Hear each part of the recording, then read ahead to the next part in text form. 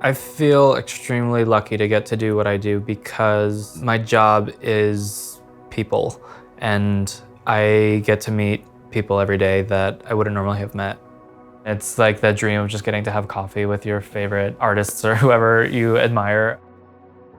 I love the fact that every day revolves around someone new. I think at the end of the day, I'm just a people person. I'm just interested in people. It was never a question for me that I wanted to do portraiture. It wasn't ever like a decision, it just kind of evolved. Other types of photography that exist are a bit more solitary, so I don't think it's portraiture necessarily that I'm interested in so much as just people. My name is Luke Fontana. I am a portrait photographer. I tend to work with a lot of people in the entertainment community, a lot of actors. I also like to photograph other artists and comedians and anyone who I find inspiring.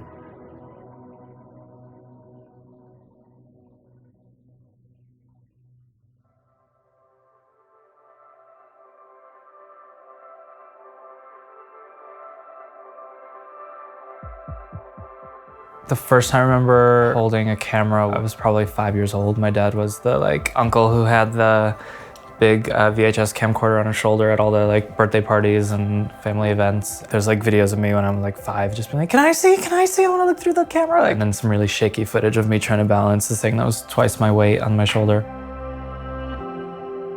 Throughout college, I was a photo major, but I feel like I didn't learn too much from school. A lot of my education came from different internships and assisting jobs that I was doing during that time. I was on winter break before my last semester of college, and one of the photographers that I had been following closely for years had posted that his agent was looking for an intern. And so I went to New York and went to this interview and was thinking, okay, I know that I can be good at this. They just need to meet me, and then they'll remember me, and I can come back in the summer after I graduate. But let me just go in, say hi, have that meeting while I can get it, and then follow up in a few months.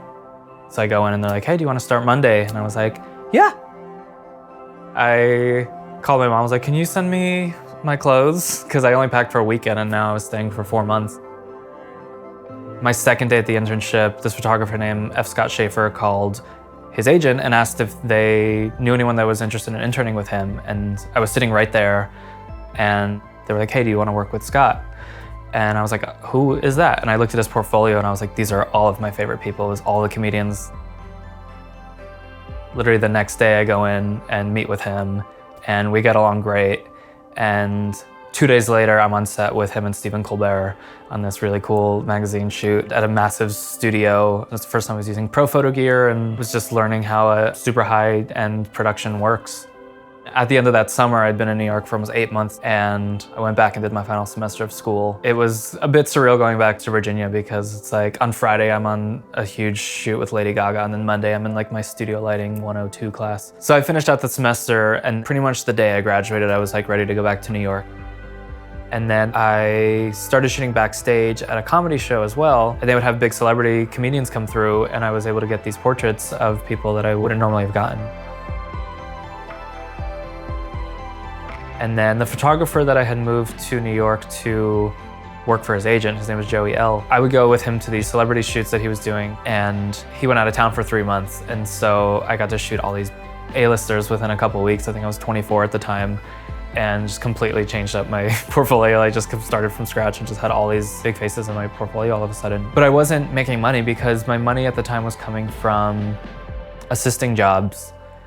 And as soon as I started posting all of these big names on Facebook, all of the photographers that I was assisting stopped calling me. So I was having this crazy career shift. My portfolio was getting juiced up, but I was broke. I had no work coming in, and I was like, okay, well, the best source of income that I get from photography in terms of time to money ratio is doing headshots. And so I was like, I make twice as much for shooting someone for an hour in my apartment as I do for assisting for 10 hours on a shoot for someone else.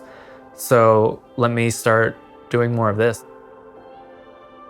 The type of headshots that I was doing didn't look like anyone else's headshots at the time in New York. Because I was shooting celebrities first and then started doing headshots, I didn't know how to shoot headshots. So I was just doing celebrity portraiture. And that was a very, original thing. And so it picked up really quickly. I would shoot one person and then 3 people from their show would hit me up, and it just kind of snowballed.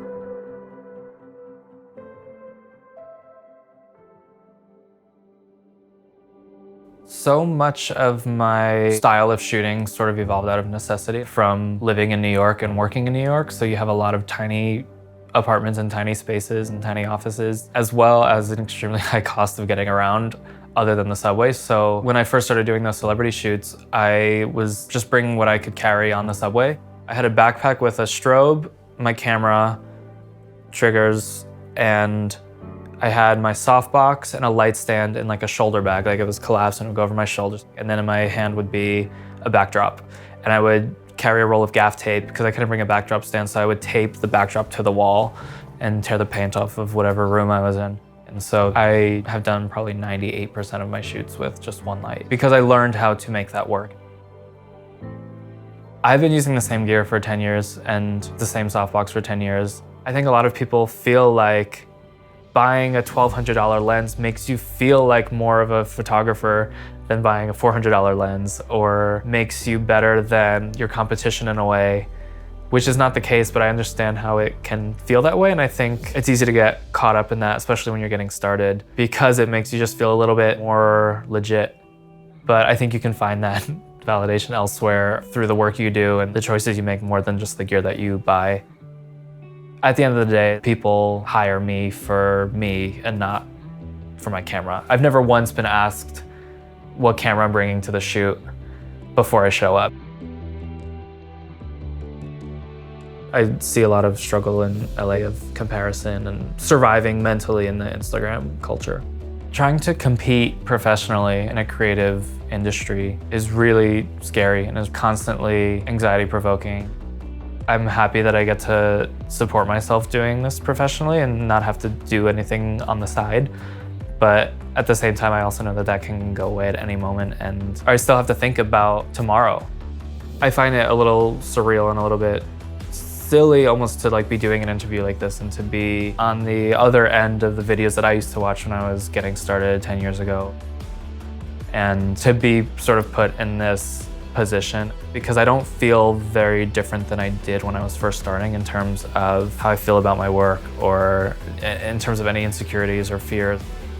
But it's so important to try to not compare yourself to others, which is so much easier said than done at any stage of your career. At the end of the day, the only person that you can really compare yourself to is yourself. Who you were a week ago, 2 years ago, 5 years ago, and make sure that you're moving in a direction that you can be proud of.